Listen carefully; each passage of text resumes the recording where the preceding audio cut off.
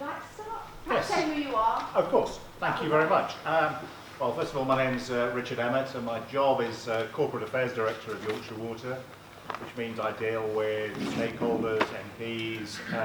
It's kind of a bit like being, I deal with the outside world for the company, and I look at issues of this sort. I'm new to this meeting, so thank you very much for inviting me, but I'm by no means new to the issue. I visited the works on many occasions, and board is very interested in this issue. And after some of your publicity last summer, they requested a visit here and we took them round. So it's an issue that's understood at the highest levels within the company. I was here a couple of days ago with your new MP, Robbie, again with Matt, my colleague, who's the sort of area manager for all our treatment works in the north, demonstrating the issue here in Ilkley. Let me deal first of all with the issue of the day, I think, rather than talking about some of the more incremental issues. And obviously there has been a lot of publicity around this 10-year delay process. And I won't go into the kind of boring regulatory bureaucracy that we have to follow about making investment decisions. But there is generally a sort of threshold of events that would normally trigger us to do an investigation of the operation of a series of assets, which would then lead to investment in the 5-year period after that. We'd already planned, the CSOs in Ilkley had already hit the trigger level for investigation. What CSO Sorry, my apologies. It's a terribly acronym-ridden industry, and I'll do my best to avoid using those. Combined sewer overflows, things that we have down Riverdale Way that ultimately discharge in what we consider storm conditions, but there's a different definitional point now, and I won't get into that right now. So we'd already planned, they'd already hit the sort of the trigger level for an investigation in the next 5-year period. And the works hasn't, for whatever reason. However, and it looks to us as a matter of common sense, frankly, that if we're doing the investigation into the operation of one part of the network, i.e. the storm discharges, you'd also see if you could bring forward the investigation into the treatment works to do at the same time. Now, I can't give you a cast iron guarantee that we will do that within the next few years, but that is our intention. And frankly speaking, personally, it will be a bit daft for us not to try and advance that as quickly as we possibly can. So common sense will prevail, and we will try and do the investigations of the CSOs and the work separately to kind of avoid that 10 to 15-year delay. Because clearly we recognise public expectations of the river, not just this river, but every river in Yorkshire and many others around the country are changing, and we need to respond to that. My colleague Matt will tell you that by the sort of legal permitting criteria that we have to operate, the works operates within that law. However, public expectation is clearly now different, and we have to think of ways in which we can respond to that. I think, Richard, just to say back to your shareholders, it isn't public expectations, the public did not know you were doing it. So I think that's the difference. Well, that's probably, I think that's certainly true. I'm not going to argue with that. But you have got 2 centuries of civil engineering which have made our system actually kind of work in this way. I'm not defending that. That's just the received wisdom about way in which wastewater treatment systems work in this country, and indeed in many other countries. So it's not exclusively an issue here.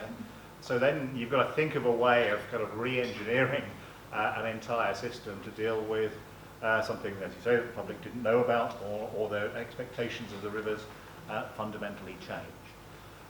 My CEO, who did a geography degree at Leeds University, often tells a story about how she was forbidden for going and doing any testing in the air back in the 80s when she was studying, because it was biologically dead, and if she tried to grow anything in a petri dish from it, then it would probably be totally toxic.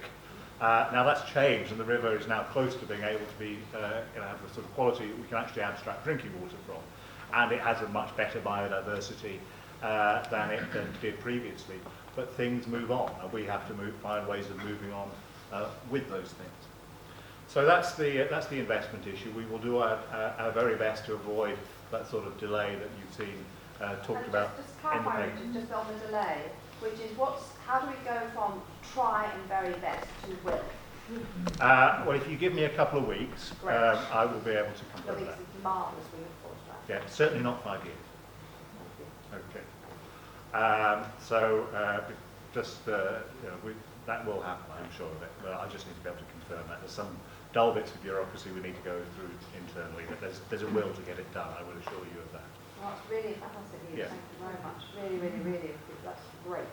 And a couple of bits more tactical sort of stuff that I think is quite important. I mean, the basic issue about the network here is that too much surface water gets into it. You know the topography of Ilkley much better than I do. So we've been doing a survey, a CCTV survey of the network here in Ilkley to find out if there are connections into the network that we could divert into a more appropriate method, and we found 3 so far. I think a couple are coming from the runoff from the tarn, and I can't remember where the other one is. So what we're now doing is some flow monitoring on those 3 sources. Basically, is that we have to monitor the flow for 3 months, because it could be we've identified connections, but they're not actually material. So we need to check out what that flow looks like. So we should get the results of that, I think, by the end of May. And at that point, we'll also be able to, look at engineering solutions as to where you can divert that flow from. Because it'd be one thing if we take that flow out of our network and put it back into the bay, but if that then causes some flooding to someone's gardens or property, then that's clearly not desirable. So we need to think that through. But hopefully, when we next meet, we'll be able to tell you the results of that flow monitoring, and have done the early stages of identifying some solutions to that, which might be some sort of sustainable urban drainage solution. It might be something a little bit more conventional engineering, in which case there's clearly a cost implication. It takes longer, but that will be quite a substantial, an important piece of knowledge for us to have. Thanks very much, Richard. That's our immediate response to that is what we wanted to hear. I'll go now. Really pleased. We're really now. And I'm glad you've been having a moment of fun. Let's just get the Environment Agency. Martin.